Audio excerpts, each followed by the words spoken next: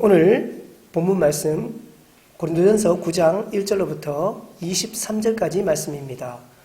권리와 의무라는 제목으로 하나님 말씀을 상고해 보겠습니다. 오늘 본문이 권리와 의무에 대한 이야기지만 실질적으로 봐서는 8장과 이어지는 내용입니다. 8장 내용이 무엇이었습니까? 우상의 제물에 관한 내용이었습니다. 8장을 하면서 우상의 제물, 9장에서 계속 이어집니다. 우상의 제물에 관한 이야기 두 번째 시간입니다. 10장은요, 우상의 제물에 관한 이야기 세 번째 단락이 바로 10장에 나오고 있습니다. 오늘 이 내용을 살펴보면요, 첫 번째 8장에서는요, 우상의 제물에 대해서 이 우상의 제물은 아무것도 아니다라고 말합니다. 이 우상의 제물이 우리를 더럽게 하지 못한다라고 이야기하고 있습니다. 이 먹는 것에 관해서는 누구든지 자유함이 있다라고 이야기하였습니다. 실제로 참신은 하나님밖에 없으시니 그 가짜 신에게 바친 그 제물이 신에게 바친 제물이 아니게 될 것입니다. 그러면서 바울은 또 이렇게 말합니다. 그렇지만 먹어도 되지만 나는 때때로 나의 자유를 절제하는 이유는 혹시 어떤 약한 형제가 내가 그것을 먹는 것을 보고 시험에 빠질까 봐 내가 그것을 절제한다라고 이야기하겠습니다. 그러자 이 고린도 교회에 있던 거짓 선생들, 가짜 선생들이 사도 바울을 공격했습니다. 사도 바울은 회색주의자다. 먹으란 말이냐, 먹지 마란 말이냐, 이것도 아니고 저것도 아닌 굉장히 불분명한 말을 하고 있다고 공박을 하였습니다. 그러자 사도 바울이 오늘 이 9장을 통해서 예를 드는 겁니다. 예를 들어서 자기의 예를 통해서 8장의 내용을 변증하고 변호하는 내용이 바로 오늘 9장이 되겠습니다. 변호하는 내용입니다. 이 9장만 잘못 읽으면요, 이 내용을 오해할 수 있습니다. 9장 전반부 4절부터 14절까지는요, 목회자가 받는 사례에 대해서 이야기하고 있습니다. 목회자가 월급을 받지 않습니까? 사례를 받는 것이 당연한 일입니다. 그 부분에 대해서 이야기를 하고 있습니다. 그렇다고 해서 이 부분이 목회자의 사례에 대해서 이야기하는 것이 전혀 아닙니다. 그 얘기가 아니에요. 이 말은 우상의 제물에 대한 자유, 그 다음에 절제, 다시 말하면 권리와 의무를 설명하기 위해서 사도 바울이 사례를 받는 것이 마땅하지만 자기가 그 사례를 받지 않는 이유를 이야기하면서 권리를 포기하는 이유에 대해서, 다시 말하면 그리스도인이 자유를 가졌지만 그 자유를 스스로 포기하고 절제해야 되는 이유에 대해서 설명하기 위해 자기의 예시를 드는 것이 바로 9장 내용이 되겠습니다. 따라서 9장을 읽을 때는 이 본문의 흐름에서 벗어나지 말아야 됩니다. 이 9장은 절대로 목회자의 사례금에 대해서 말하는 것이 아닙니다. 또 이 9장은 다른 부분에 대해서 얘기하는 것이 아니라 오늘 제가 본문 권리와 의무라고 하면서 부제목으로 뭐라고 말했습니까? 우상의 제물에 관한 두 번째 시간이다 라고 말했습니다. 자, 1절 말씀을 읽어보겠습니다. 1절 말씀, 내가 자유인이 아니냐, 사도가 아니냐, 예수 우리 주를 보지 못하였느냐, 주 안에서 행한 나의 일이 너희가 아니냐. 사실 1절에서 3절까지는 자기 목회자의 사례에 대한 이야기가 14절까지 나온다고 제가 말씀을 드렸습니다. 그렇다면 사도 바울이 목회자가 되어야 이 예가 성립이 될 것입니다. 그런데 문제가 있었습니다. 이 고린도 교회 일단의 무리들이 사도 바울의 사도됨을 공격하였습니다. 그것을 인정하지 않았습니다. 사도 바울의 사도됨, 다시 말하면 지금으로 말하면 뭡니까? 목사됨, 교역자가 된 것을 이 사람들은 부정하였습니다. 왜냐하면 여러 가지 이유가 있죠. 그 중에 오늘 첫 번째가 뭡니까? 내가 자유인이 아니냐. 네 가지 질문을 드립니다. 첫째는요, 내가 자유인이 아니냐. 두 번째는요, 사도가 아니냐. 세 번째는요, 주를 보지 못하였느냐. 네 번째는요, 주 안에서 행한 일이 너희가 아니냐. 이렇게 네 가지를 던지고 있습니다. 그 중에 첫 번째가 내가 자유인이 아니냐. 자유인이 아니냐. 사도 바울은 실제로 절제하였습니다. 앞서 뭐라 그랬습니까? 내가 고기 먹는 것 때문에 형제가 시험을 당한다면 나는 평생 고기를 먹지 않겠다라고 얘기를 했습니다. 그러면 그가 율법주의자냐? 아니라고요. 그는 무한한 영적 자유를 가지고 있지만 그 자유를 스스로 절제하고 있다고 이야기합니다. 두 번째는요, 내가 사도가 아니냐. 왜요? 사도성을 공격받았기 때문입니다. 세 번째도 그렇죠. 뭐냐면 주를 못 받기 때문에 사도 바울은 사도가 아니라고 말합니다. 사도성의 가장 중요한 점 중에 하나가 뭐냐면 예수님이 세우셨습니다. 사도들을. 그렇지 않습니까? 예수님이 사도들을 세웠습니다. 그런데 사도 바울은 예수님 생전에 예수님을 만난 적이 있습니까? 없습니다. 예수님이 바울을 세운 적이 없습니다. 그렇다면 사도 바울은 예수님을 만난 적이 없습니까? 우리가 사도행전 9장을 읽어보았습니다. 사도 바울의 간증을 통해서 누가복음의 기록, 사도행전의 기록을 통해서 우리는 무엇을 알 수 있습니까? 누가는 사도행전을 통해서 무엇을 기록했습니까? 9장에서 사도 바울이 바울 이전에 이름이 개명되기 이전 사울일 때에 그가 다메섹으로 가다가 예수 믿는 사람을 핍박하기 위해서, 박해하기 위해서 다메섹으로 가다가 누구를 만납니까? 큰 빛으로 오신 부활하신 예수 그리스도를 만나게 됩니다. 그 장면은 우리 기독교 역사의 일대 사건이며 전환점이 되는 놀라운 사건입니다. 그가 부활하신 예수님을 만나게 되었습니다. 사도 바울이 말합니다. 내가 누차 너희들에게 간증을 통해서 설명했듯이 내가 예수님을 만나지 못하였느냐? 나는 부활하신 그리스도와 만났다라고 이야기하고 있습니다. 그리고 이렇게 말합니다. 내가 사도인지 아닌지는 너희가 잘 알 것이다 라고 말합니다. 왜요? 고린도 교회를 누가 개척했습니까? 사도 바울이 개척했습니다. 그들에게 예수 그리스도의 복음을 전하여 준 사람이 누구입니까? 사도 바울이 전하여 주었습니다. 그래서 2절에는 이렇게 말합니다. 다른 사람은 다 내가 사도가 아니라고 욕할지는 모르겠지만 너희들은 그러면 안 된다라고 말합니다. 우리 그럴 때 있지 않습니까? 다른 사람은 다 그래도 너는 나한테 그러면 안 된다. 그럴 때 있죠? 예. 당신은 나한테 이러면 안 됩니다. 이럴 때가 있을 겁니다. 사도 바울이 그렇게 말하고 있는 거예요. 얼마나 사도 바울이 이 고린도 교인들을 아꼈는지, 얼마나 친밀하게 여기고 있는지 이 말 한마디에 잘 나타나고 있습니다. 다른 사람은 나를 사도가 아니라고 할지라도 너희들은 그렇게 하면 안 된다라고 말합니다. 이 말을 오해하시면 안 됩니다. 다른 사람에게는 내가 사도가 아니고 너희들한테만 사도다 이 말이 아닙니다. 그 의미를 잘 아시겠죠? 다른 사람들은 오해를 하고 나를 핍박을 하고 잘못 알아서 욕할지라도 너희들은 그렇게 하면 안 된다는 거예요. 왜냐하면 사도 바울이 복음으로 그들을 낳았기 때문입니다. 복음으로 그들을 낳았습니다. 아주 절박한 심정이 여기에 담겨져 있습니다. 3절 말씀 읽어보겠습니다. 나를 비판하는 자들에게 변명할 것이 이것이니. 나를 비판하는 자들에게 변명할 것이 이것이니. 옛날 성경에는요, 발문 뭐 이래 되죠. 발문, 힐문, 발문 이렇게 되어 있습니다. 변호할 것은, 변명할 것은 이게 법정 용어입니다. 법정 용어예요. 여기 3절은 1절, 2절에 대한 내용이지 이 밑에 내용이 아닙니다. 3절에서 끊으셔야 됩니다. 사도 바울의 사도됨을 1절에서 3절까지 이야기하고 있습니다. 왜냐하면 오늘 이 이야기가 성립이 되려면 사도 바울이 반드시 사도가 되어야만 이 예시가 성립이 되기 때문입니다. 그래서 1, 2, 3절을 통해서 그것을 강조하고 있습니다. 자, 두 번째로요, 4절부터입니다. 4절부터는 사도 바울의 권리에 대해서 이야기하고 있습니다. 4절, 5절 말씀 제가 읽어보겠습니다. 우리가 먹고 마실 권리가 없겠느냐? 없겠느냐? 이 말은 뭡니까? 있다는 말이죠. 없다는 말이 아니죠. 있다는 말입니다. 없겠느냐? 서리적이죠. 서리적인 표현입니다. 5절, 우리가 다른 사도들과 주의 형제들과 게바와 같이 믿음의 자매 된 아내를 데리고 달릴 권리가 없겠느냐? 있다는 말입니다.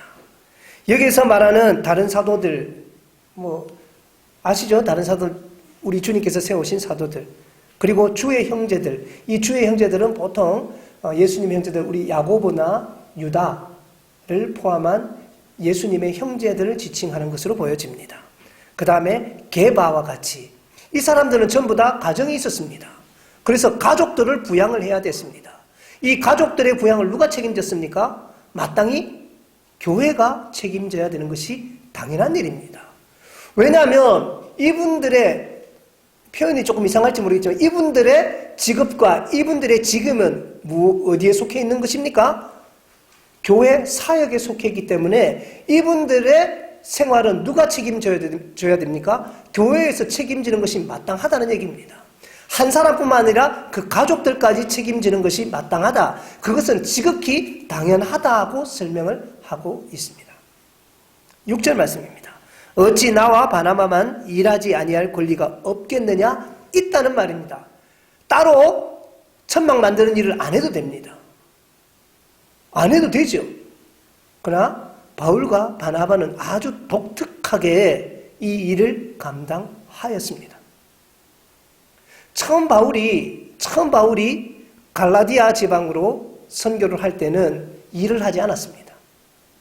그런데 우리가 아시다시피 이 1차 선교 여행 도중에 마가가 돌아가지 않습니까? 마가가 돌아가면서 후원이 끊기게 됩니다. 그때부터 바울과 바나바는 자비랑 선교를 해야만 하였습니다. 왜냐하면 후원이 없었기 때문에, 끊어져 버리기 때문에.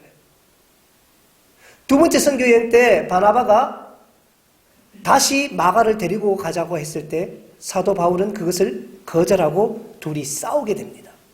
그리고는 바나바와 갈라져서 바나바는 이 키프로스 섬을 중심으로 선교를 하게 되고 이 바울은 갈라디아 지방을 소아시아 지방을 건너가서 이제는 어디까지 가게 됩니까? 그리스 지방, 유럽까지 도달하게 되는 사건이 벌어지게 됩니다. 이때 바울은 자기의 이 사역비, 선교비를 자비랑하였습니다. 일을 하여서 충당하였습니다. 이러다 보니까 사람들은 말합니다. 사도 바울은 월급 받을 자격도 없는 사람이 아니냐. 여러분 감사해야 되는 거 아니에요? 고마워해야 되는 일 아닙니까? 그런데 사람을 공격하려고 하면 어떤 꼬투리를 잡고서도 다 공격하게 됩니다. 사도 바울은 사례를 받을 만한 자격이 없다라고 주장하는 사람도 생기기 시작했습니다. 사도 바울이 말하지 않습니까? 내가 그것을 받을 권리가 없겠느냐? 내게는 당연한 권리가 있다라고 말합니다. 마땅히 받아야 된다라고 말합니다. 그것은 지극히 당연한 일이라고 지금 이야기하고 있습니다. 그러면서 이렇게 얘기합니다. 7절 말씀입니다. 누가 자기 비용으로 군복무를 하고 누가 포도를 심고 그 열매를 먹지 않겠느냐? 누가 양떼를 기르고 그 양떼의 젖을 먹지 않겠느냐? 여러분 이것은 정의입니다. 정의. 이 땅에 정의가 이루어지려면 어떤 일이 벌어져야 됩니까? 제가 이 말라기 강의할 때도 이것을 설명했잖아요. 정의는요 굉장히 간단한 게 정의입니다. 여러분 정의가 뭐냐 하면요 어려운 게 아니에요. 정의는 어려운 거 하나도 없습니다. 미가서 강의할 때죠. 제가 이 설명을 했지 않습니까? 미가 선지자가 말했던 정의는 이 사도 바울이 말하는 정의하고 똑같습니다. 우리가 정의롭다고 말하는 것은요. 그게 뭐냐면 내가 일한 만큼 보수를 받는 것. 이상한가요? 당연한 거잖아요. 내가 내 포도원에서 포도를 열심히 땀을 흘려서 농사를 지었습니다. 그리고 내 포도원에서 나는 그 포도 열매를 따서 먹는 것. 그 당연한 거 아니에요? 그 당연한 일입니다. 또 여기 뭐라도 있습니까? 내가 양떼를 길렀습니다. 내가 열심히 내 목숨을 걸고 지키고 보호하고 잘 키운 내 양떼의 젖을 누가 먹는 거예요? 내가 먹는 것. 남의 거 아니고 내 양의 젖을 내가 먹는 것. 여러분 그게 정의입니다. 단순하지 않습니까? 근데 정의가 깨어지면 어떻게 됩니까? 정의가 깨어지면 내가 열심히 땀 흘려서 내가 키운 그 양떼의 젖을 다른 사람이 빼앗아가 버린 거예요. 내 포도원의 내 실과를 다른 사람이 빼앗아가게 될 때에 정의는 무너지고 깨지게 되는 거예요. 사도 바울이 살해를 받는 것이 정의롭지 않는 일입니까? 아니라고 말합니다. 그 당연한 정의로운 일이다라고 하면서 세 가지 유비를 들고 있습니다. 그래서 또 한 가지 얘기합니다. 구약 율법에도 이것을 말하지 않았느냐. 신명기 25장 4절을 인용을 합니다. 소가 추수를 하고 방아를 돌리고 할 때에 이 다른 데는요, 이 중동 지방의 다른 문화에서는요, 소의 입에 망을 씌웠습니다. 왜? 알을 다 쪼아 먹기 때문에. 근데 하나님의 율법은 그 망을 씌우지 말라고 말합니다. 왜냐하면 소가 자기가 일한 대가를 자기가 먹는 것이 마땅하지 아니하냐. 이것은 정의다. 이게 정의다라고 얘기하고 있습니다. 하나님이 동물 애호가냐? 하나님 동물을 사랑하시는데 사실은 오늘 성경은 뭐랍니까? 그거는 소를 위한 것이 아니고 누구를 위한 것이라고요? 우리를 위한 것이다. 소가 주워 먹는데 왜 우리를 위한 것이냐? 소도 하나님이 그렇게 자기가 일한 만큼 먹게 하시는 정의를 이루시는데 하물며 사람이랴. 하물며 사람이랴.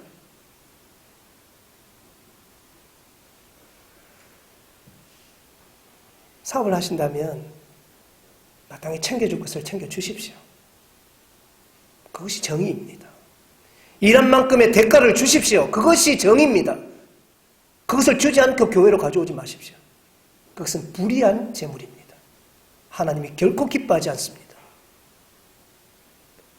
이 사회가 정의로우려면 이것이 당연한 것이 되어야 되는데 오늘날은 결코 이것이 당연하지 않습니다. 결코 당연하지 않습니다. 분배가 너무 무너져 있습니다. 그렇다고 제가 사회주의 가자는 말이 아니죠. 성경에서 말하는 정의는 굉장히 단순하다. 왜 사도 바울이 이 얘기를 하고 있습니까? 내가 살해를 받는 것이 지극히 당연한 일이다 라고 말해요. 그것은 내 권리다 라고 말합니다. 지금 사도 바울이 이게 내가 돈 받으려고 그 말을 하는 게 뒤에도 나오지만 내가 돈 받으려고 이 말 하는 게 아니라고 얘기합니다. 돈 받으려고 이 얘기를 하지 않습니다. 사도 바울이 말하고 싶은 건 뭡니까? 살해를 말하고 싶은 것이 아니라 무엇을 얘기합니까? 우상의 재물을 먹는 권리에 대해서 얘기합니다. 우상의 재물을 먹는 것, 그것은 당연한 권리고 먹을 수 있다는 거예요. 내가 살해를 받는 것만큼이나 당연한 일이라고 말하는 거예요. 그런데 지금 문제는 뭡니까? 나는 그 우상의 재물을 어떻게 해요? 때때로는 제한시키고 평생 먹지 않을 수도 있다. 왜? 형제를 위해서. 여기도 이렇게 말합니다. 내가 살해를 받는 것이 마땅하지만 내가 살해를 받지 않았다. 권리를 행사하지 않았다. 다만 하나님께서 내게 주신 내 직무, 복음을 증거하는 직무, 그것은 내가 감당하였다. 의무는 감당하였지만 권리는 행사하지 않았다. 왜? 복음의 진보를 위해서. 왜? 너희 한 사람이라도 더 얻기 위해서. 왜? 내 사랑하는 고린도 교회를 위해서. 내가 내 권리를 포기하였다라고 말하는 거예요.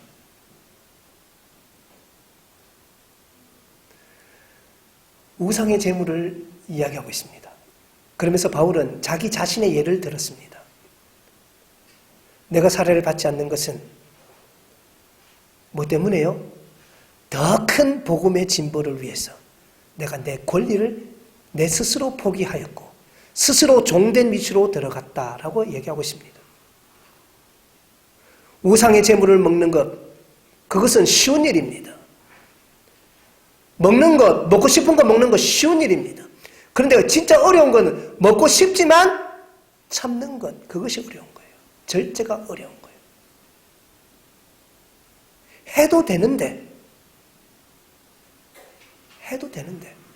스스로 절제하는 것, 그것이 진짜 어려운 일인 것입니다. 15절 말씀 읽어보겠습니다. 제가 15절 말씀입니다.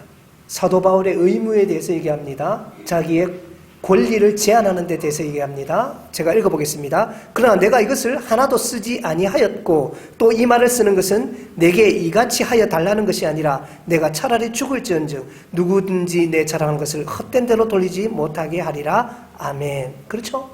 내가 돈 달란 말 하는 게 지금 이거는 내 돈 달라, 내 사례비 얘기하는 게 아니다. 지금 뭘 얘기하고 싶었습니까? 우상의 제물에 대해서 내가 예시를 들어서 설명하는 것뿐이다. 오해하지 마라라고 얘기합니다. 그래서 16절 유명한 말씀이죠. 제가 읽어보겠습니다. 내가 복음을 전할지라도 자랑할 것이 없으면 내가 부득불할 일임이라. 만일 복음을 전하지 않으면 내게 화가 있을 것이로다. 아멘. 15절부터 23절까지는 자기 절제에 대해서 얘기하고 있습니다. 왜 절제를 해야 된다고 말합니까? 이것은 내 직무이기 때문에, 내 의무이기 때문에 내가 사례를 받지 않지만 마땅히 해야 될 일이다.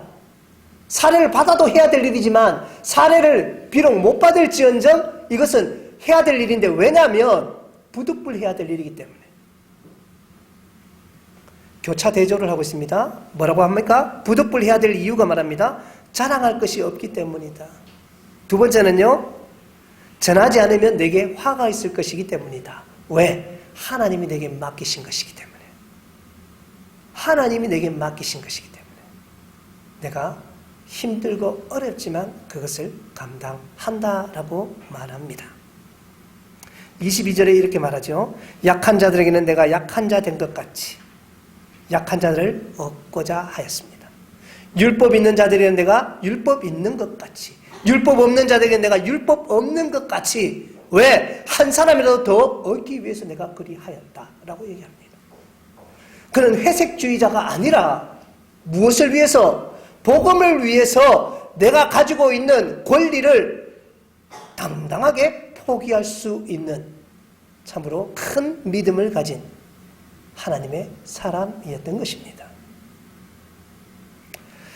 23절 말씀 읽어보겠습니다. 내가 복음을 위하여 모든 것을 행함은 복음에 참여하고자 함이라. 아멘. 그는 자유로우나 스스로 종이 되었습니다. 19절 말씀입니다. 그는 자유로우나 스스로 종이 되었습니다. 그 종이 된 이유는 한 사람이라도 더 얻고자 하는 복음 전도자의 참으로 놀라운 자기 사명 때문이었습니다. 성도 여러분, 오늘 이야기하고 있는 것을 들으십시오. 무엇을 이야기하고 있습니까? 여러분, 우리 권리 행사는 참으로 쉬운 일입니다. 내 돈 가지고 내 쓰는데 자본주의 사회에서 누가 뭐라 그러겠습니까? 내 돈 가지고 좋은 차 타고 다니는데 누가 뭐라 그러겠습니까? 내 돈 가지고 내 명품 휘두르고 교회에 출석하는데 누가 뭐라 그럽니까? 그럴 사람 아무도 없어요. 법으로 어긋나는 거 하나도 없습니다. 그러나 진짜 그리스도인은, 진짜 성숙된 사람은, 진짜 하나님의 사람은 그것을 절제할 줄 알아야 합니다.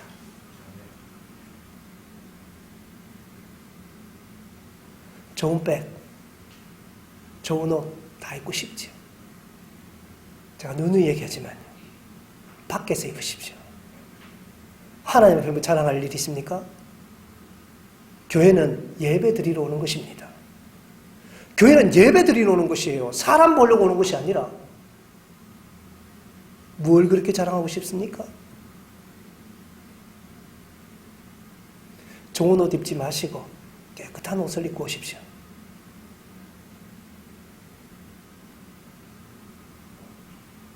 좋은 차 타고 오려고 생각하지 마시고 좋은 마음으로 오십시오. 그럴 때 하나님이 기뻐하실 것입니다. 내가 누릴 수 있는 것들이 있습니다. 그렇지만 그 누릴 수 있는 것을 스스로 포기하는 그것이 진정한 하나님께서 세우신 이 교회를 사랑하는, 이 공동체를 사랑하는 바로 그 첫 시작인 것을 기억하시길 바랍니다. 내 권리는 사랑의 울타리 안에서 행사되어야만 합니다. 내 의무는 그 사랑의 울타리를 넘어서서 우리가 마땅히 지킬 수 있는 그런 아름다운 마음들이 오늘 저와 여러분의 있기를 소망해 봅니다. 하나님이 우리 가운데 큰 은혜를 베푸시기를 원합니다. 마지막으로요, 제가 성경 말씀 한 구절 읽겠습니다. 베드로전서 한번 찾아봅시다. 베드로전서 4장 7절입니다. 제가 읽어보겠습니다. 요거는요, 공동번역의 쉬운 성경에 있는 말씀입니다. 우리 성경하고 조금 다른데요. 제가 한번 읽어보겠습니다. 번역을 쉽게 해놨습니다. 무엇보다도 서로를 깊이 사랑하십시오. 사랑은 다른 사람의 허물과 죄를 덮어줍니다. 아멘. 우상의 제물을 통해 바울이 전달하는 메시지, 9장의 메시지가 바로 이 성경 구절인 것을 우리가 고백하도록 합시다.